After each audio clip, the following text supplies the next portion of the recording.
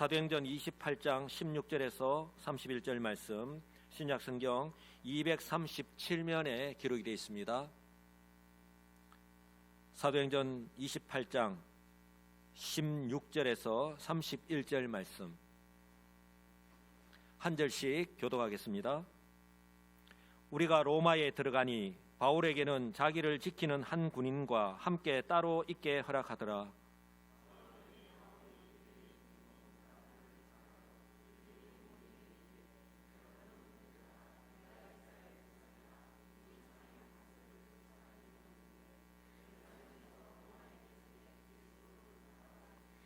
로마인은 나를 신문하여 죽일 제목이 없으므로 석방하려 하였으나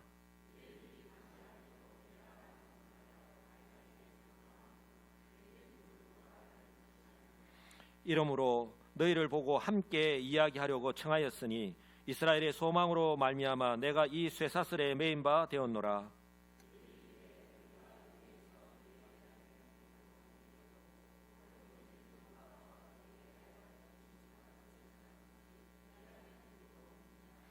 이에 우리가 너의 사상이 어떠한가 듣고자 하니 이 파에 대하여는 어디서든지 반대를 받는 줄 알기 때문이라 하더라.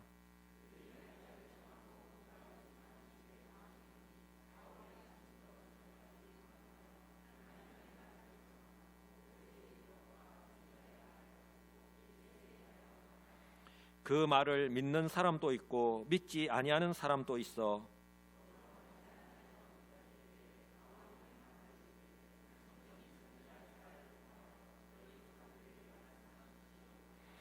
일러서되 이 백성에게 가서 말하기를 너희가 듣기는 들어도 도무지 깨닫지 못하며 보기는 보아도 도무지 알지 못하는도다.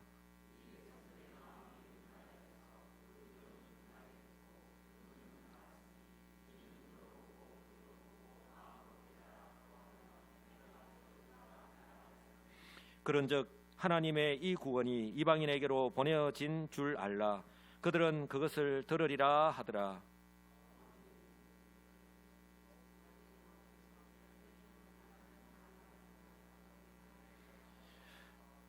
하나님의 나라를 전파하며 주 예수 그리스도에 관한 모든 것을 담대하게 거침없이 가르치더라. 아멘. 우리 시간에는 우리가 너무나도 잘 아는 선교사님이십니다. 라오스에서 변함없이 하나님 주시는 그 은혜로 사역을 잘 감당하고 있는, 또 사역의 능력이 또 나타나고 있는데요. 우리 정창용 선교사님, 이제 나오셔서 우리 전파하며 가르치더라라는 제목으로 말씀을 전하실 때에 은혜 받으시기 바랍니다. 우리 나오실 때 큰 환영의 박수 할까요?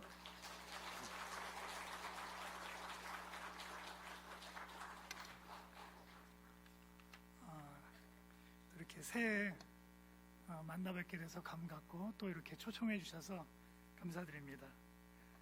올 때마다 자리가 점점 가득 채워지는 것 같아서 오늘만 오시는 건가 싶은 그런 마음은 아니겠지만, 그래도 제가 저를 후원하고 도와주는 교회 중에 여수시민교회가 가장 큰 교회예요.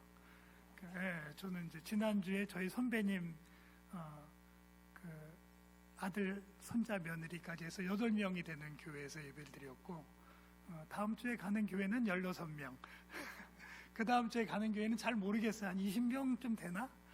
그런 교회예요. 그래서 여수시민교회 올 때마다 제가 예전에 꿈꾸던 정말 크고 멋진 교회구나라는 그런 생각이 들고, 또 올 때마다 날마다 이 자리가 채워지는 그런 모습을 보니까 내가 그래도 조금이라도 기도한 보람이 있구나라는. 사실은 선교사와 교회가 서로 유기적으로 연관돼서 서로 은혜를 끼치는 관계가 돼야 그게 바람직한 관계다라고 저도 그렇게 배웠고 또 그렇게 노력하고 있습니다. 그래서 제 삶이나 행동을 통해서, 제 사역을 통해서 저를 후원하고 도와주는 또 우리 교회가 그것 때문에 어려움을 당하거나 그러면 안 되겠다 싶은 마음에 늘 기도하면서 최선을 다하고 있고, 또 매주 교회 홈페이지에 들어와서 교회 광고도 보고 주보도 보고 목사님 설교도 듣고 있습니다. 사도 바울이 복음 전파를 위해 그토록 원하던 로마에 도착해서 오늘 어떻게 그 사도 바울의 로마 선교가 시작이 됐나라고 하는 기록이 오늘 사도행전의 마지막에 기록된 말씀입니다. 사실은 바울이 그토록 로마에 오기를 열망했지만 하나님은 바울을 로마에 보내실 때 전혀 생각하지 않는 방법과 모습을 통해서 보내셨어요. 그러니까 자유인의 모습, 어디 가서 자유롭게 복음을 전하기 위한 그런 환경과 조건을 허락하신 게 아니라 죄수로 보냈다라고 하는 것이죠. 그러니까 사람이 가장 많이 여러 가지 어려움이 있지만 그 중에 죄수의 신분이 되어서 감옥에 갇히는 것이 가장 큰 스트레스 중에 하나다라고 그렇게 일반적으로 얘기를 하고 있습니다. 그래도 바울은 그나마 다행인 것이 로마 시민권자였고 바울이 가진 범죄 행위가 아주 중범죄가 아니었기 때문에 소위 말하는 가택연금이라는 형태의 감옥에 처하게 됩니다. 그래서 오늘 본문에 말씀하신 것처럼 새 집에 머무르면서 그가 이제 재판을 기다리는 그런 상황에 처하게 됩니다. 그렇다고 해서 그 집에서 자유로웠던 것은 아니고 양쪽 손에 쇠사슬이 묶여 있었고 그 집안에는 군인들이 지키고 있었던 그런 상황이었습니다.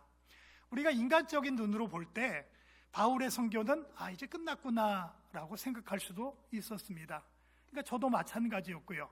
제가 처음에 라오스에 갔을 때 저는 그 나라가 정말 자유로운 나라인지 알고 교회를 과감하게 사임을 하고 부목사로 있다가 6개월 만에 선교지로 갔습니다. 그리고 그곳에 많은 어린 영혼들에게 내가 과감하게 주일학교 아니면 교회학교 교육을 통해서 복음을 전해야겠다라고 생각해서 갔습니다. 그런데 그 나라는 복음을 전할 수가 없어요. 아니 시도조차 할 수 없는 그런 나라였다는 걸 알았죠. 그러니까 저는 대한민국에 살면서 모든 나라가 우리나라처럼 이렇게 자유롭게 복음을 전할 수 있을 것이다 라는 생각을 했어요. 신학교에 다니면서 전도사로 사역하고 목사로 사역하면서도 그거에 대한 깊은 이해가 없었다는 것이죠. 그러니까 내가 누리고 있는 이 신앙의 자유가 얼마나 소중한 것인가 라는 것을 익히 알지 못했다라고 하는 거예요. 제가 대학 때 아니면 부교육자로 사역하면서 해외 선교를 나가보든가 아니면 우리보다 어려운 핍박받는 지역에서 복음을 전했다면 그것에 대해서 깊은 이해가 있었을 텐데 저는 그렇지 못했다라고 하는 것이죠. 갔더니 아무것도 할 수 없는 그런 상황이었습니다. 그런데 제 육신은 자유로웠죠. 하지만 거기선 전할 수 없는 상황이었습니다. 오늘 바울의 모습도 아마 이것과 같은 것 같아요. 아니 이거보다 더 심각한 상황에 처했습니다. 바울은 그토록 로마에 가서 세계의 중심인 로마에 가서 복음을 전하기를 원했지만 바울은 죄수의 신분을 갖고 그 다음에 가택연금의 상태에서 쇠사슬에 묶여서 군인들의 감시를 받으며 생활하게 된 상태였습니다. 어느 누구도 이 상황에서 이게 복음을 전하라는 하나님의 뜻인가 아니면 포기하라고 내게 말씀하시는 건가 라는 갈등의 상황에 처했을 수도 있었을 것입니다.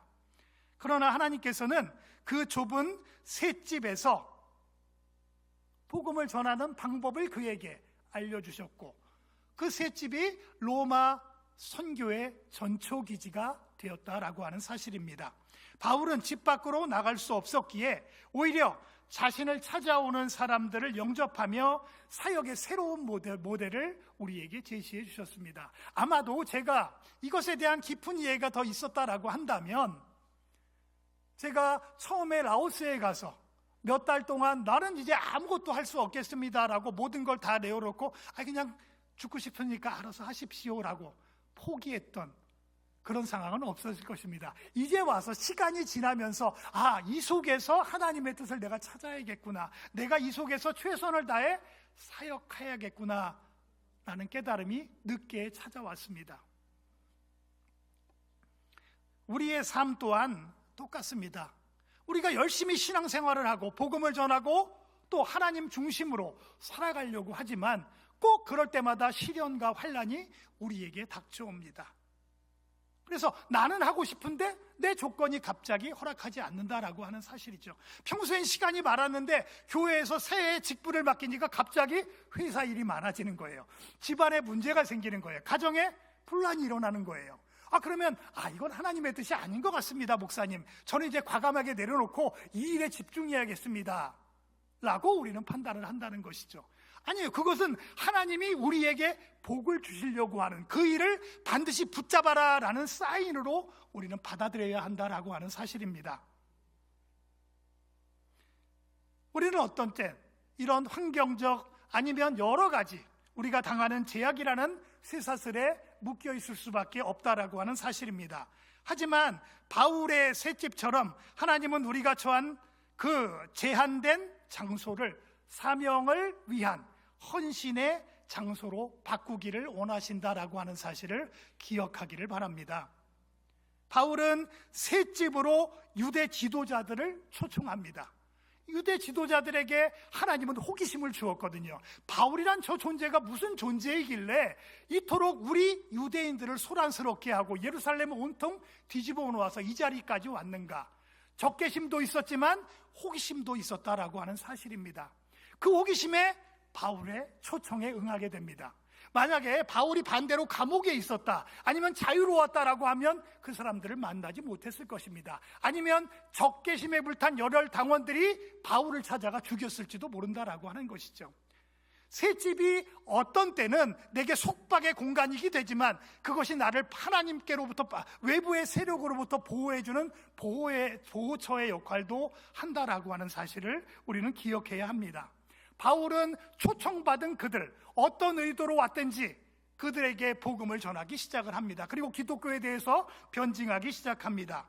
구약의 예언이 완성된 것이 바로 예수 그리스도의 십자가다라고 하는 사실을 찾아오는 모든 사람들에게 얘기하기 시작합니다. 아마도 바울이 전한 그것, 또 성령 하나님이 역사하지 않았다라고 한다면 사람들은 더 이상 오지 않았을 것입니다. 어떤 사람들에게는 호기심, 어떤 사람에게는 도전을 주었고, 어떤 사람은 새로운 신관에 대한 지식을 전했습니다. 그래서 많은 사람들이 그 셋집, 감옥 같은 셋집에 찾아오기 시작하면서 바울의 복음은 점차 로마를 통해 번져나가기 시작을 했습니다.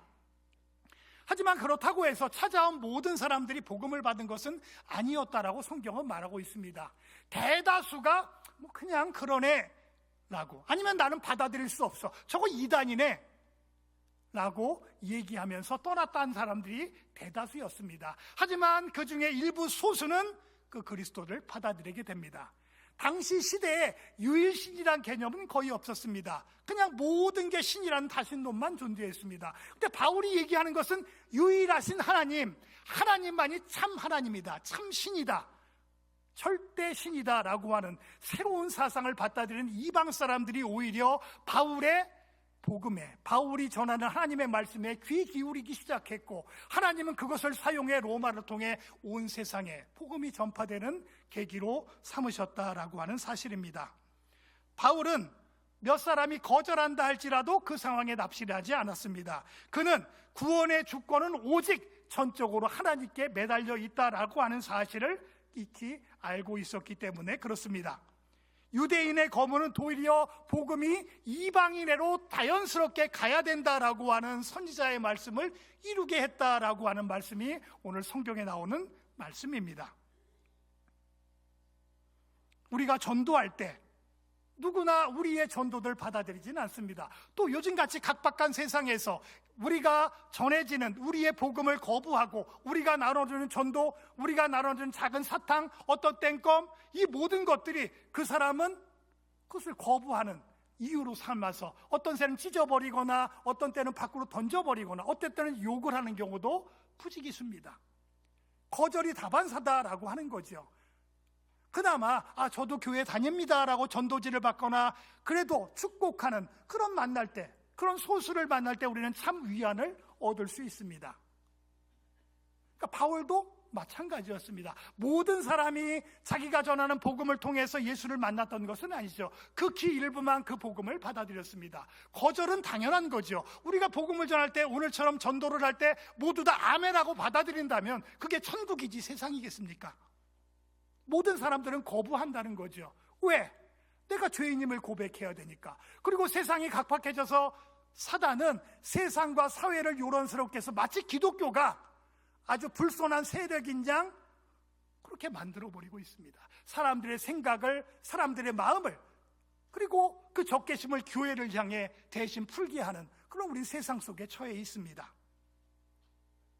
구원은 절대 우리의 노력이나 우리의 설득이나 우리의 많은 지혜로 얻어지는 것이 아니라는 사실을 우리는 기억합니다. 구원은 전적으로 하나님께 속했다라고 하는 사실을 우리가 믿고, 그렇기 때문에 우리가 복음을 전할 때 우리가 욕먹고 핍박당하는 것은 당연한 것이구나 라고 생각할 줄 알아야 합니다. 그 거절이 저 사람에게 복음이 들어갔구나, 전해졌구나 라는 사인으로 받아들인다면 그것 또한 우리의 기쁨이 될 것입니다. 사도행전은 바울이 2년 동안 자기 셋집에 오는 모든 사람들을 영접하고 하나님의 나라를 전파하며 주 예수 그리스도에 관한 모든 것을 가르쳤다라는 기록으로 끝납니다. 성령은 이 사역의 모습을 거침이 없었다라고 얘기하는 것이죠. 두려움이 없는 신앙, 거침없는 신앙이 이 세대에는 정말 필요합니다. 우리가 복음을 전하면 욕하잖아요. 그래도 웃으면서 거침없이 그래도 예수 믿으십시오 라고 전할 수 있는 것, 그것이 우리의 신앙이 되어야 할 것입니다. 바울은 자신의 생명보다 사명을 귀하게 여겼던 사람입니다. 그는 훗날 죽음을 앞두고 쓴 디모데후서에 이렇게 말하고 있습니다. 선한 싸움을 싸우고 내가 달려갈 길을 열심히 달려갔다라고 하나님 앞에 고백하고 자기 제자들에게 그렇게 말하고 있습니다. 하나님께서 우리에게 원하시는 것은 대단한 업적이나 대단한 성과나 대단한 결과를 원하지 않습니다. 1년에 수십 명을 전하고 1년에 많은 사람들을 교회로 인도하는 것, 물론 그것도 중요하지만 그렇지 않고 내가 최선을 다해 복음을 전하는 것, 그것을 하나님은 기쁘게 보신다라고 하는 사실을 기억해야 합니다. 우리는 너무 열매에 집착할 때가 많죠. 저는 12년, 13년 동안 한 번도 애들을 교회 같이 데려간 적이 없어요. 저는 그 생각을 할 때마다 잠도 안 오고 포기하고 떠나고 싶을 때가 너무나 많았습니다. 그래도 끊임없이 하다 보니까 아까 잠깐 얘기를 나눴지만 시간이 지나고 보니까 제가 있었던 그 셋집의 변화가 조금씩 일어나는 것을 제가 느끼게 됐습니다. 그러니까 저는 느끼지 못하지만 다른 분, 10년 전의 상황, 5년 전의 상황, 현 상황, 고학교도 라오스도 뭔가 조금씩 열려가고 있구나라는 사실을 다른 분들은 알게 된다라고 하는 사실입니다. 그러면 우리가 할 수 있는 것은 뭐냐? 우리는 결국 충성밖에 없습니다. 주의 복음을 두고 나가서 전하라라고 하는 그 말씀에 따라서 열심히 복음을 전하고 나누는 것, 그리고 전파하고, 그리고 우리가 최선을 다해 그리스도인의 모습으로 살아가는 것, 그것이 우리의 참 모습이 되어야 합니다. 바울의 사역은 셋집이라는 좁은 공간에서 마무리되는 듯 보였습니다. 그곳에서 선포되는 하나님의 나라는 오늘 우리에게까지 이어졌습니다.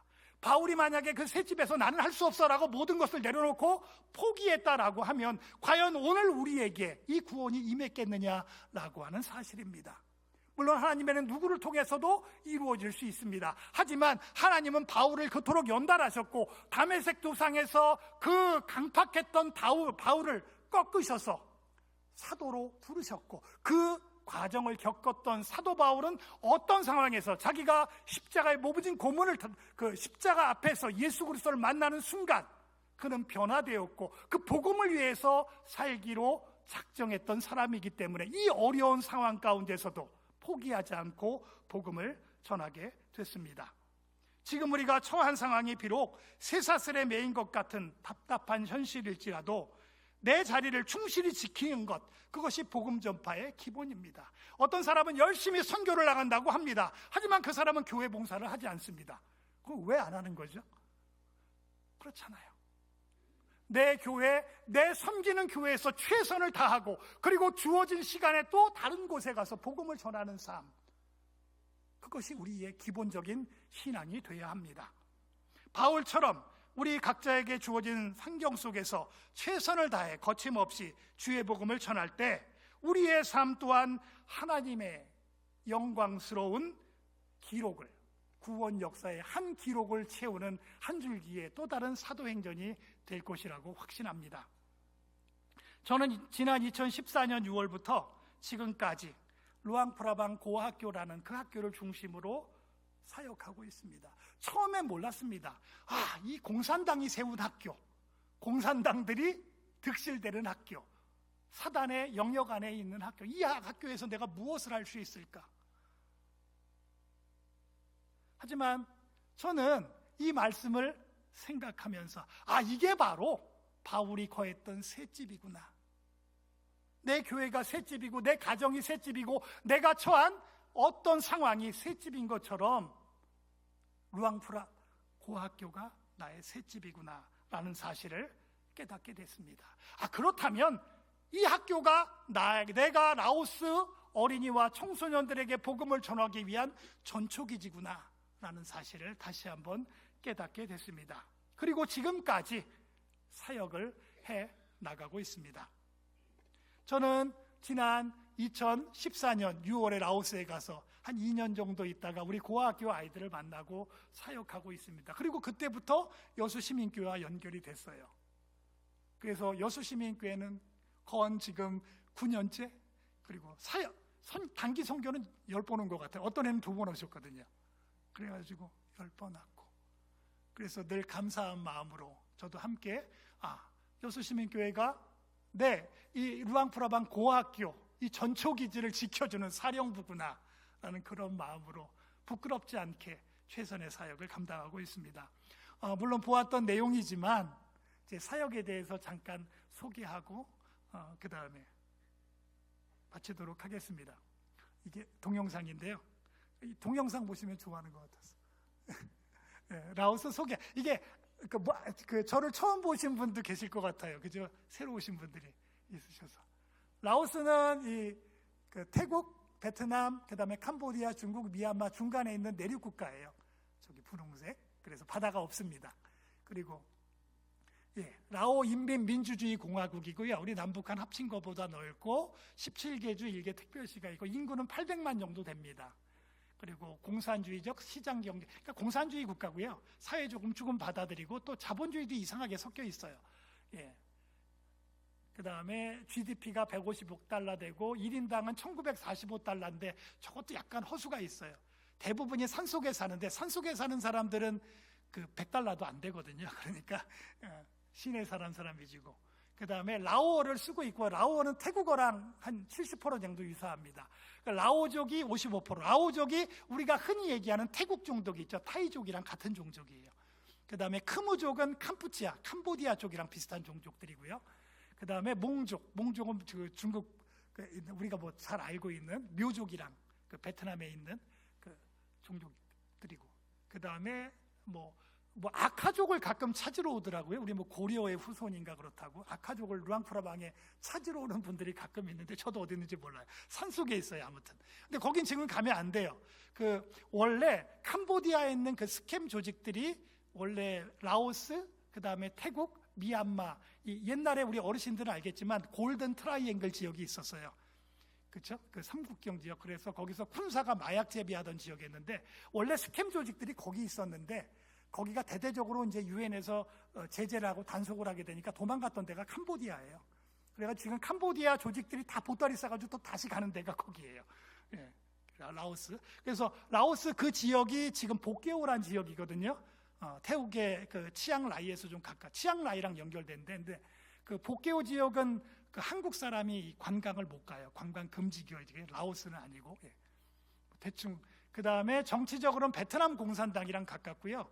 세계에서 가장 못 사는 나라 중에 하나, 세계에서 기독교를 가장 박해하는 나라 중에 하나였습니다. 그리고 문화적으로는 태국 영향력. 그래서 태국 K-팝이 라오스에 많이 들어와서 아이들이 한국에 대해서 되게 우호적이고요. 대략 1828년 프랑스 식민지 되고 라오스 북부에 원래 치앙마이 태국 장로교가 먼저 들어갔어요. 그래서 북쪽 지역이 복음화됐고, 그 다음에 예수 믿는 사람이 많았어요. 사회적 리더가. 그런데 이제 공산화되면서 모두 다 추방되거나 죽었고, 그 다음에 대부분 몽족들인데 그 사람들이 포트 피플에서 정착한 곳이 유럽, 캐나다, 그 다음에 일부는 이제 호주나 이런 데도 갔고요. 태국으로도. 그 다음에 한 15만 명이 미국 LA 위에 프레즈노 지역으로 갔어요. 그래서 프레즈노가 루앙프라방이랑 기후가 비슷해요. 그래서 그쪽으로 갔고, 그리고 이제 76년 이후에 이제 공산화가 됐고요. 선교사 모두 다 쫓겨났고 투방당했다가 1992년에 이제 다시 이제 서서히 선교사님들이 들어가서 지금 복음을 전하고 있습니다. 어쨌든 라오스는 종교의 자유는 있어요. 근데 종교를 누구에게 권하지는 못해요. 예. 그리고 불교 국가라고 하는데 불교 국가는 한 60% 정도 되고 나머지는 다 뭐 샤먼이나 조상신 섬기거나 뭐 우상 숭배하거나 뭐 그렇습니다. 그리고 수도에 가면 4개의 공식 교회가 있는데 거기는 외국인 출입이 가능하고요. 그 다음에 루앙프라방에는 그냥 집회 허가를 받은 장소가 14군데가 있습니다. 그러니까 교회라고 하진 않고 이제 우리가 일방 그냥 그러니까 우리가 부를 때는 교회라고 하지만 걔네들은 뭐 이제 사실은 교회는 아니죠. 집회 허가 장소니까. 네. 그러니까 루앙프라방이라고 라오스 북부에, 그러니까 그 라오스가 비엔티엔 왕조, 참파사 왕조, 루앙프라방 왕조 이 세 왕조가 있었다가 그때 통일 왕조가 설립되는데 그게 루앙프라방, 란상 왕조예요. 그 란상 왕조의 첫 수도가 루앙프라방. 우리나라로 얘기하면 경주와 같은 지역입니다. 이제 란상 왕조는, 란상이란 건 100만 마리의 코끼리, 루앙프라방이란 그 말은 큰 황금불상 그런 뜻이에요. 그러니까 100만 마리 코끼리 왕조의 황금불상 도시, 그런 느낌, 무슨 잉카 제국 느낌이 나겠지만 아무튼 그런 느낌의 도시입니다. 그리고 그 세계 문화유산 지정됐고 구도심이 뭐 이제 그런 형태입니다. 이게 제가 사는 곳이고 예전에 봤겠지만, 네. 그 다음에 이건 루앙프라방 국제공항. 예. 그 다음에 이건 메콩강이고요. 메콩강이 사실은 중국 빼놓고는 라오스가 가장 많이 흘러요. 남북을 관통하니까. 예. 그 다음에 이건 뭐 제일 유명한 꽝시 폭포. 그 다음에 시내 코끼리. 라오스는 코끼리가 많아요. 그래서 코끼리 축제가 열려요. 그 사야부리 지역은 특히. 그래서 동네 가다 보면 코끼리가 저렇게 많이 보여요. 그러니까 요즘, 저 옛날 사진이지만 요즘도 많이 보여. 근데 코끼리 옆에서 보면 정말 무서워요. 코끼리 눈이 저기 머리보다 커요. 가까이서 보면. 그 다음에 우리 고아학교. 고아학교는 라오스에서는 하나밖에 없는 국립학교예요. 그래서 라오스 북부 지역에 부모님이 없거나 아니면 그 결손가정 아이들 중에 가난한 아이들이 교육청 그 심사를 거쳐서 입학하게 되는, 들어오기도 어려운 학교지만 아무튼 그런 아이들이 그 생활하는 그런 학교예요. 그래서 그 고아원과 일반 정규 학교가 같이 합쳐진 학교다라고 생각하시면 됩니다. 그래서 아이들은 유치원 포함해서 한 428명 정도, 그 다음에 선생님들 한 43명 정도 그렇게 하고 있습니다. 이건 다 이제 그분들은 다 공산당 당원이에요. 공산당이고. 그 다음에 우리 이게 학교 입구고요. 그 다음에 우리 아이들 아침 조회하는 거, 그 다음에 수업하는 거, 이건 이제 조회하는 거. 예. 그 다음에 이제 자요. 근데 이 아이가, 제가 이 사진을 왜 다시 했냐면 업데이트하면서 이 아이가 벌써 고등학교 1학년이 됐어요. 이만해졌어요. 예. 저렇게 애기들이. 그러니까 제가 한 10년 있다 보니까 막 벌써 졸업해서 애 낳아가지고 한 애도 있어요. 그 몽족들은 일찍 결혼하거든요. 14살이면 결혼하니까. 12살에도 결혼해요. 그래서 32살 정도 되면 할머니예요. 시골 교회 가면. 얘네들도 있고요. 이건 기숙사고, 이건 빨래. 그 다음에 이제 토요일 아침, 점심 저녁만 줘요. 반찬도. 그리고 그 토요일 주일은 반찬이 없어요. 그냥 쌀만 주면 자기네끼리 해서 저렇게 뭐 쥐도 잡아먹고 막 이렇게. 쥐 거기 얼마나 비싼데요? 저는 못 먹어요. 애들이 가끔 줘요. 저는 도저히 왜냐하면 부모들이 애들 이제 그 가족, 그 결손 가정이니까 대부분 엄마가 있는데, 엄마가 이제 산에서 농사 짓다가 쥐를 잡아가지고, 쥐를 어떻게 하냐면 껍데기를 다 벗겨서 알맹이를 이렇게 이렇게 해서 아무튼 말려요. 근데 훈제를 하는 게 아니라 그냥 햇빛에 말려요. 그럼 그걸 바짝 마르면 그걸 아이들이 이제 그 집에 가면은 줘요. 이제 영양 보충하라고. 그럼 이제 가져와서 그걸 주말마다 구워서 자기네끼리 먹어요. 근데 이제 저도 주거든요. 귀한 거니까. 근데 저는 진짜 못 먹겠어요. 근데 저희 누나는, 저희가 11남매거든요. 제가 10번째인데 저희 누나는 어릴 때 피부병이 있어서 아마 영양 부족이었던 것 같아요. 그렇죠? 그때 피부병이 많았던 게. 근데 저희 언니는 그 피부병에 좋다 그래서 옛날에 저희 어머니가 쥐 잡아서 이렇게 줬어요. 아마 이제 단백질 부족인 것 같아요. 지금 생각해 보니까. 지금 이제 건강하게 잘 살고 이제 진갑, 환갑, 긴갑 다 넘으셨는데 아무튼 저희 어릴 때도 쥐 먹었어요. 깨구리도 먹고 막 이렇게. 아이들이고. 아이들이 또 술을 잘 놔요. 저 술 하나 넣으면 뭐 2만 깁을 줘요. 2만 깁이면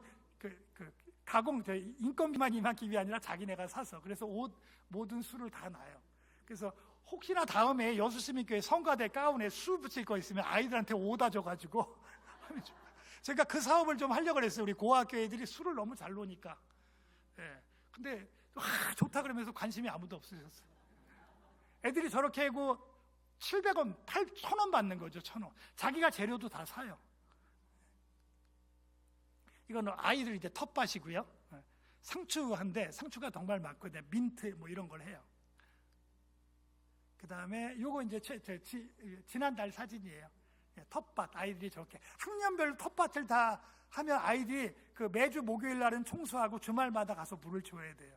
그래서 저기서 재배하는 상추를 그 포시시랑이라고 시내 시장에 갖다 팔아요. 그래서 이제 그 학교 기금으로 만들고 그렇게 합니다. 요거 저희 부엌이에요. 지금도 똑같고. 근데 요 부엌이 지난달에 철거했어요. 새로 짓는다고. 요거 애들 이제 일반 정찬 세트. 밥에 반찬 하나. 근데 저 찹쌀밥이 우리 저 대부분 이제 여기 드셔보신 분이 많지만 정말 맛있어요.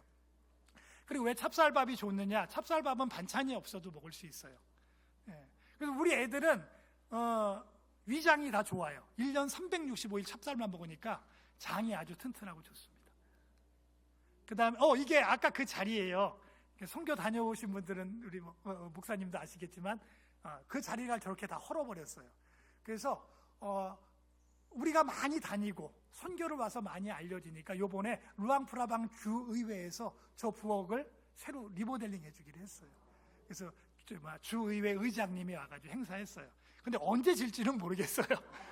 허물긴 하는데 아무튼 요게 이제 새로 우리 중학교, 고등학교 여학생들 기숙사 옆에 저렇게 하나 만들어서 임시 부엌. 그래서 저렇게 삽으로 보통 푸거든요, 밥을. 아시겠지만 그래서 아이들 저렇게. 그 다음에 저희 센터는 제가 1916년에 MOU 체결하고 17년에 리모델링해서 개관했고요. 그 다음에 2024년 11월에 그 세븐틴 호시가 있어요. 호시가 우리 센터 그 3개짜리 하나를 좀 줘줬어요. 그리고 제가 이 호시 아버지가 정말 열심히 하시거든요. 아프리카에도 호시가 그 아프리카 우간다에도 하나 줘줬고 지금 또 한 군데를 찾고 있어요. 그러니까 매년에서 10군데 자기가 10개 학교를 세우겠다고 그렇게 하고 있는데 제가 지난주에 호시 아버지를 만나고 호시 아버지가 원래 호시도 믿지 않는 사람이에요. 그런데 지난주에 어디 선교회를 하나 소개시켜준다고 저랑 같이 만나서 갔는데 이렇게 그 위에 그 대시보드 위에 성경책이 있는 거예요. 그래가지고 왜 그러지? 그리고 이제 그 선교회 회장님이 그 NGO죠. 선교회는 아니고 NGO. 라이프 오브 칠드런이라는 데가 있대요. 그게 좀 유명하다고 하는데 그 회장님을 만나서 그 목사님이랑 얘기하는 중에 자기도 교회 다닌대요. 갑자기. 왜요? 그랬더니 제가 건강 체크를 해봤는데 몸이 너무 안 좋다는 거야. 그래가지고 술이랑 담배를 끊어야 되는데 끊는 방법이 교회 가는 방법밖에 없다는 거예요. 그래가지고 교회를 열심히 다니신대요. 그러니까 저는 그거 하나님이 응답해 주신 것 같아. 네, 복음 전하라고 전초기지 만들어줬는데 하나님이 그냥 내버려 둘 수 없으니까 오래 살면서 예수 잘 믿으라고 전하신 것 같아서. 그래서 이제 교회 다니세요. 호시 아버지가. 호시도 다녔으면 좋겠어요. 이제. 호시가 지금 군대에 있거든요. 저기 군악대. 태권도 시범단. 그래가지고 아마 내년에 제대하니까 호시도 신앙생활을 좀 잘했으면 좋겠습니다. 그리고 이제 내년 이제 저희가 2개 반 운영하다가 교실 3개에서 이제 3개 반 한국어 반 운영하기로 했습니다. 센터 선생님도 3분이고요. 아이고 이건 이제 계약서고 이제 빨리 갈게요. 우리 고학교 담이고 옛날 처음에 우리 세웠던 센터입니다. 우리 아이들이 정비하고 다 만들었고요. 그 다음에 첫 수업이 이제 2017년에 이렇게 한국어 수업 시작됐고 매달 말에는 이렇게 센터 파티도 하고 영화도 보고 그래요. 뭐 그렇다고 해서 우리가 뭐 그 예수님의 일대기 이런 건 보는 건 아니고요. 얘네들이 좀 무서워하는 거 넷플릭스 통해서 좀 보고 있습니다. 어쨌든 함께 생일 파티도 매번 해주고요. 이 아이들이 이거 작년 사진인데 저 앞에 쪼르륵 5명이 이번에 다 우리 한국어과 입학했어요. 그러니까 아이들이 이제 졸업을 하고 대학을 가기 시작을 해요. 결혼을 안 하고 뭐 어디 머슴살이 안 하고 제가 대학에 있으니까 아이들이 대학을 간다고 얘기를 해요. 그래서 쟤네들 6명 다 대학 보내서 우리 여수시민교회에서 이제 이따 말씀드리겠지만 그 장학생 후원하는 게 우리 기숙사 그 전액 다 해주시는 거예요. 임대료 3개. 그래서 아이들이 거기 생활해요. 그거 없으면 애들 대학 못 가거든요. 그래서 여러분들이 아이들의 미래를 학숙을 통해서 이제 만들어 주시는 거죠. 내년에는 지금 5명이 벌써 또 가겠다 그래가지고 걱정이에요. 숙소만 많아지고. 예, 얘네들도 이제 남자애들도 취직해서 가고 있고요. 그 다음에 작년에 우리 예술제, 고학교가 매년 4월에 예술제를 내요. 실력이 많은데 춤, 노래, 정금 공연도 하지만 아이들이 여러 가지 그 공예품도 만들어서 전시도 하고 판매도 해요. 음식도 만들어서 그렇게 하고 있는데 올 3월에는 그 루앙프라방 야시장에 특설 무대가 있어요. 그래서 거기서 우리 고학교 애들이 우리 K-팝 그 다음에 요즘 애들 그 CCM도 배워요. 한두 곡씩. 그래서 그런 거 한번 공연하는 프로그램도 지금 계획하고 준비하고 있습니다. 예, 이게 이제 우리 행사에 애들이 음식도 만들어서 팔고 학년별로 이렇게. 예. 그 다음에 댄스 이제 전통 공연도 하고요. 예, 춤도 하고. 요거는 우리 저 애들이 K-팝 댄스인데 한 1분만 볼게요. 아주 은혜롭진 않지만은. 예. 아들이 반응이 너무 좋아요.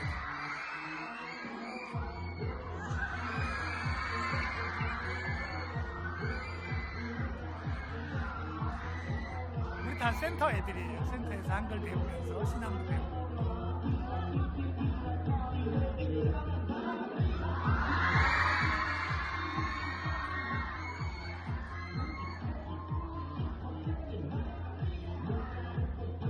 얘네가 한 6분을 이렇게 춤을 춰요. 그래서 다음에 파일이 있으니까 다음에 한번 이렇게 시간 많으실 때 한 번씩 보시면 예.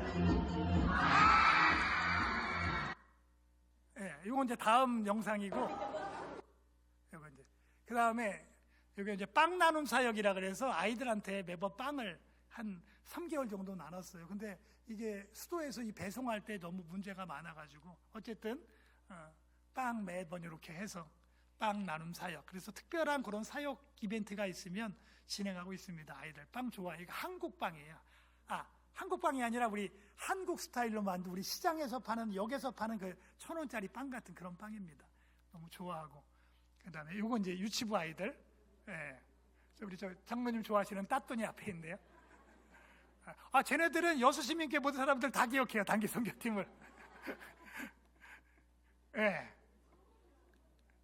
그다음에 얘네들 예. 그다음에 호시가 이제 우리 옆에 기숙사 제일 오래된 거 버려진 게 있었는데 그 옆에 건물을 이렇게 해서 져줬어요. 이 건물을 이렇게 져줬어요. 그리고 호시의 아버지, 엄마 이렇게 와서 행사해줬고요. 이렇게 이게 우리 교실입니다. 그다음에 책상도 다 해줬어요. 책걸상도 다 해주셔가지고 지금 여기서 이제 교실 3개에서 공부하고 있습니다. 그다음에 이제 단기 선교 사역을 와요. 여수시민교회가 가장 오래 오셨고, 그다음에 뭐 미국에서 이제 제 동기나 선후배들이 좀 있어서 오고 이렇게 오고 있습니다. 이게 이제 단기 선교 사역들이고요. 유치부까지 다 와서 해요. 그래서 항상 이제 뭐 제전에 여수시민교회부터 먼저 시작했지만 점심을 같이 먹어요. 똑같이 아이들이랑 같이 해서 먹고. 그러니까 이제 더 은혜가 되시는 것 같아요. 아이들 먹는 거 같이 먹으니까. 아이들도 자기네가 먹는 걸 먹으니까 얘네들도 너무 좋은 거예요. 진짜 가족 같고 할아버지 할머니 같고 그다음에 형제 같은 그런 느낌을 아이들이 많이 가져요. 예. 어떻게 알았어요? 바로 넘겼는데.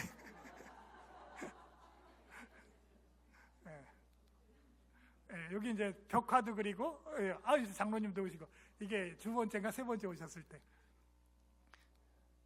그 다음에 이제 아이들 옷도 주고요. 그 다음에 이건 이제 비가 많이 와도 요거 이제 미국에서 왔을 때. 미국에 그 에즈마야라고 있어요. LA LA 사랑의 교회 있는데 그 교회에서 에즈마야 사역이라고 뭘 하냐면 이해실 사모님이 와서 부탁을 해가지고 그 교회에서 하는 게 어성경을 어린이 뮤지컬로 만들었어요. 성경 프로그램으로 5년 동안 하는데 제가 이제 저한테 연락이 와서 다른 데 소개해주고 이제 우리 고아교회 와서는 하루로 모아가지고 이렇게 이제 두 번째. 아이들 보통 이거 되게 맛있어요. 닭고기. 모셔보셨겠죠. 이거 항상 오시면은 이제 많이 보시던 분들이 머리도 깎아주시고, 그 다음에 화채를 또 아이들이 좋아하는데 항상 화채해 주시고, 그 다음에 이제 유치부 아이들 데려올 때는 또 우르르 가서 다 데리고 와요. 그 다음에 이거 이제 오징어 게임. 저 마스크 써서 모르지만은 다 이교회 아이들이 청년들 게임도 같이 하시고, 아이들 아이스크림도 나눠주시고, 아이스크림을 저렇게 냉장고도 같이 빌려줘요. 아이스크림을 사면. 그다음에 게임도 이제 하시고 사진도 찍으시고. 그 아이들이 너무 좋아해요. 지난 이건 이제 작년에 오셨을 때 했던 것들이고. 그다음에 이제 옷들을 다 또 주시니까 너무 이제 좋은 거예요.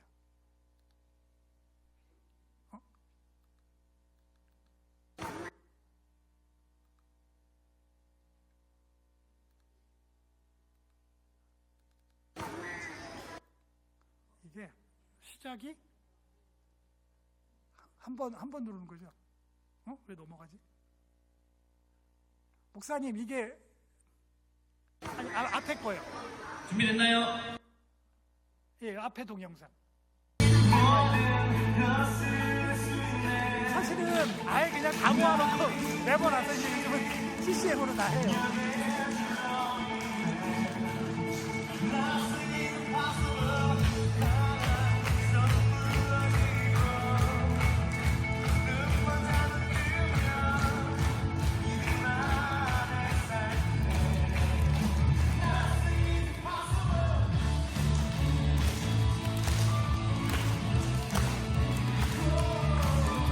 선생님이고요.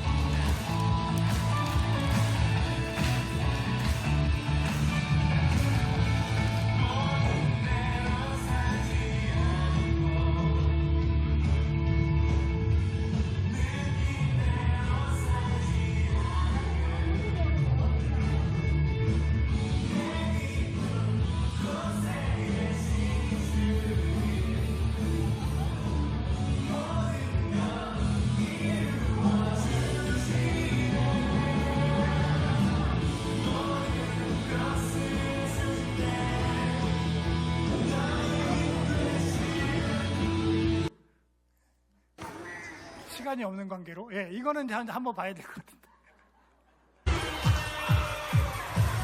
우리 또 집사님 장모님들이 준비를 해주셔서.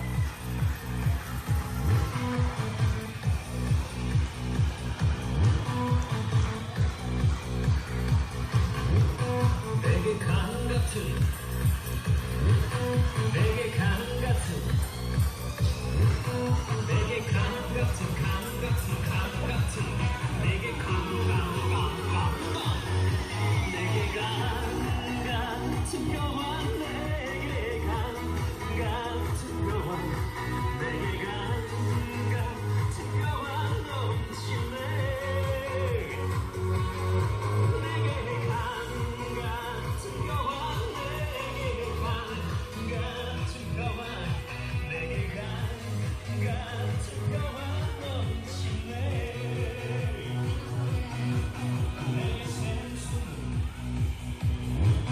내게 샘솟는 내게 샘솟는 샘솟는 샘솟는 내게 샘샘샘샘샘 내게 샘솟는 기쁨 내게 샘솟는 기쁨 내게 샘솟는 기쁨이 넘치네 내게 샘솟는 이건 다음에 한번. 너무 열심히 잘해주셔가지고. 요거는 지지난주에 아까 그 대학생 몇 명이 와가지고 가르친 프로그램이야. 성을 배웠어요, 아이들이. 저는 이제 약간 뒤로 물러나 있었고.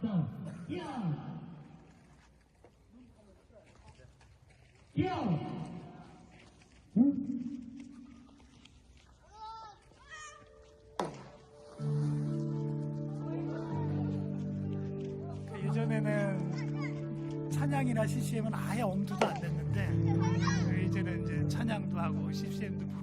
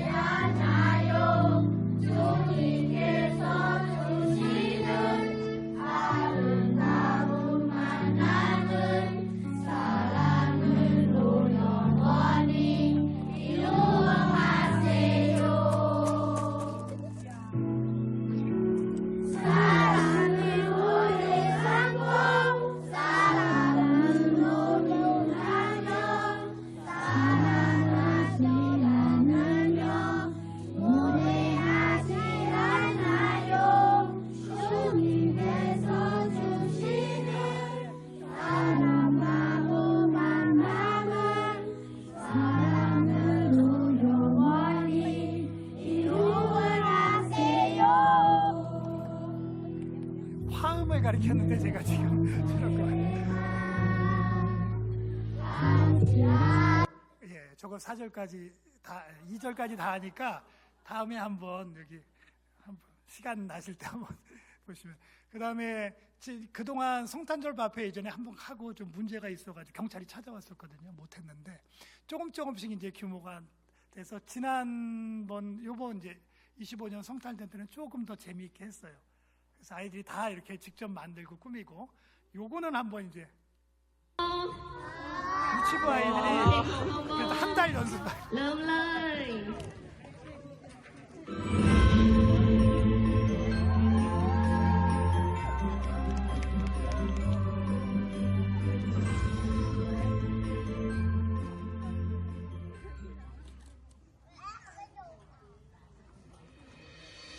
We wish you a Merry Christmas. We wish you a Merry Christmas. We wish you a Merry Christmas and a Happy New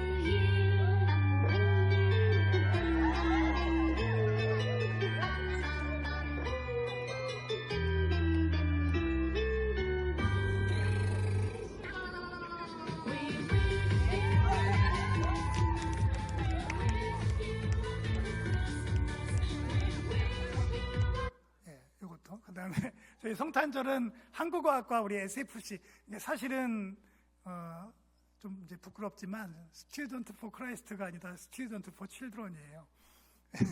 우리 한국어학과 공식 동아리예요.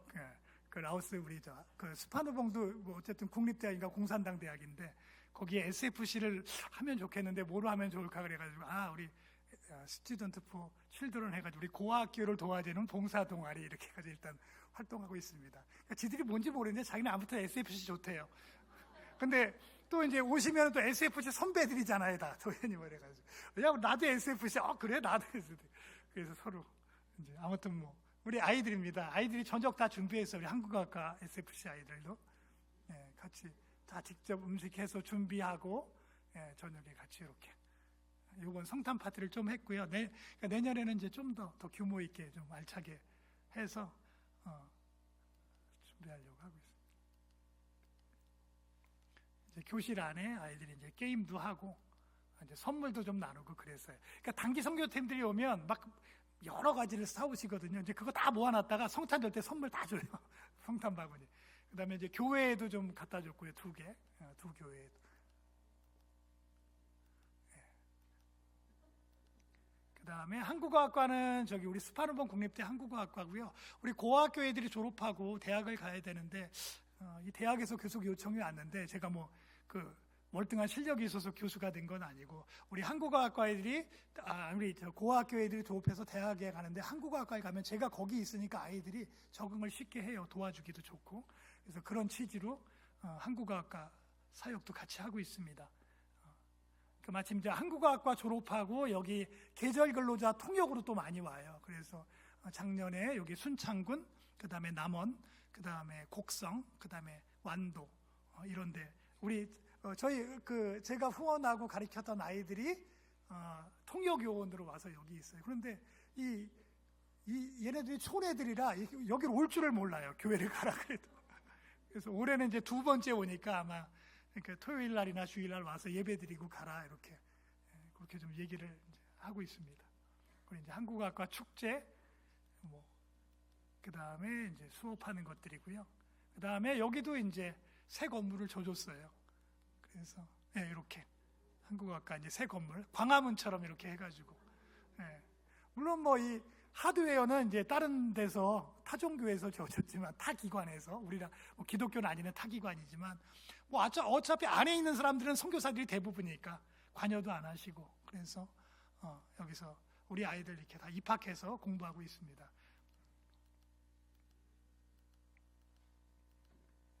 그 다음에 SFC는 2003년 10월 공식적으로 이 부학장님이 와서 창단을 했어요. 그래서 SFC가 뭐냐 그래서 Student for Children 봉사 동아리다 해가지고 아이들이 이렇게 해서 SFC 2015년 11월 25일 이렇게 창단했습니다. 이게 이제 같이 우리 MT도 가고 그 다음에 여기 졸업한 애들이 이제 여기 일을 하러 와요. 통역으로 이렇게 걔들은 노동자로 오는 게 아니라 통역으로 오니까 시간이 좀 자유롭고 작년에 또 이제 2명 저렇게 졸업했어요. 2명. 그 다음에 우리 고아학교 출신 한 명 더 해서 3명. 쟤네들 누군지 아마 올해 여기 계절별로 다 통역으로 또 둘이 올 거예요. 다른 애들이랑 같이. 애들 12명은 그냥 정기 후원하고 있고요. 매월. 요 기숙사 얻어준 거예요. 기숙사 얻어주신데 하나, 둘, 셋 이렇게. 사실은 가면은 좀 너무 지저분하고 열악하긴 하지만 어쨌든 저기서 잘 생활하고 있고 무조건 저기 오는 애들은 봉사를 해야 돼요. 그 다음에 단기 선교팀 오면 참석해야 되고 같이 밥도 먹고 저희 집에서 이렇게 고기도 구워 먹고 그래요. 그래서 교제를 많이 하고 있고 그 다음에 SFC 학습은 우리 고학교 졸업생 대학 온 애들 하고 있고 현재 10명 그래서 1학년 6명, 3학년 3명, 4학년 1명 10명이고요. 그 다음에 내년부터는 수도에 있는 우리나라로 얘기하면 서울대인데 그 국립대학으로 좀 보내려고 그래요. 제가 관리를 그동안 못했는데 수도에 취직한 우리 애들이 많아요. 대학을 졸업하고 그래서 그 애들이 좀 서로 케어를 해주니까 그래도 아무래도 그 지방에 있는 그래도 2번째 대학이지만 그 대학보단 서울대가 더 낫잖아요. 그래서 이제 근리 보내려고 하고 있고 지금 5명이 신청한 상태예요. 그래서 내년에 근리도 보내려고 하고 있습니다. 그 다음에 이 아이들 기숙사에서 있는 아이들이고요. 그 다음에 1학년 애들은 또 졸업한 선배가 와서 저렇게 한글 기초교육을 해요. 저게 방이에요. 저 이제 1학년들 방. 그렇게 해서 저 방에 여러분들의 기도와 눈물이 맺혀 있습니다. 그러니까 쟤네들을 위해서 기도해 주셔야 돼요. 자기네끼리 저렇게 이제 주말엔 음식을 주면 밥도 해 먹고 그래요. 파티도 하고. 그 다음에 요거 이제 우리 고학교 요번에 졸업하기 직전에 대학 진학하기 전에 근데 전부 다 한국어학과를 보내진 않아요. 왼쪽에 있는 애는 기독교인이에요. 걔는 그래서 수도에 있는 학교로 가고 싶다 그래서 수도로 보냈고 오른쪽에 있는 애들은 중국어학과 갔고 가운데 있는 애는 몽인데 걔는 영어학과로 갔어요. 그러니까 한국어학과 4명 이렇게 해서 학과는 원하는 대로 보내요. 같이 이제 먹고 요거 이제 그 아이들 전체 모아서 같이 식사도 하고 그래요.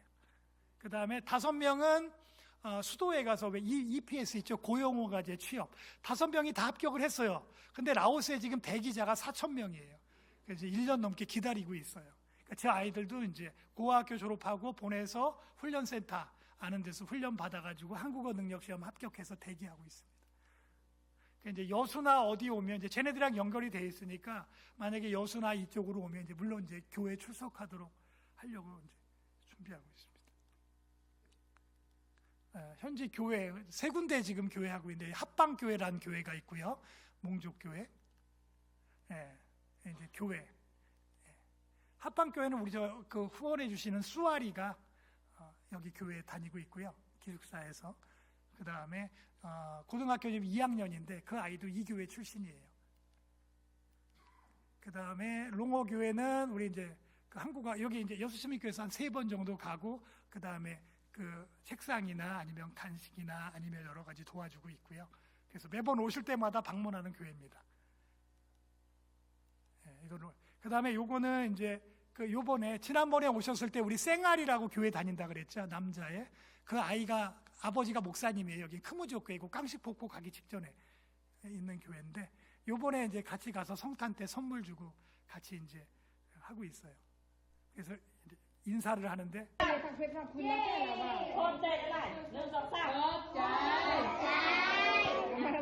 주일학교랑 그 다음에 중등부 아이들 작아요 애들이. 그 다음에 이제 이건 롱호 교회 갔을 때 오시면 항상 가서 저 장로님이 저건 재작년 거예요.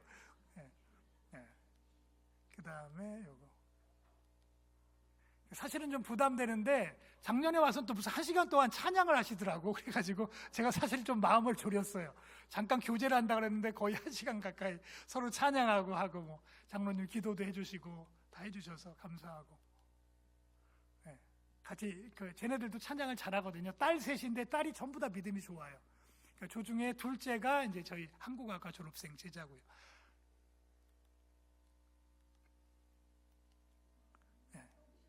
이렇게 됐습니다.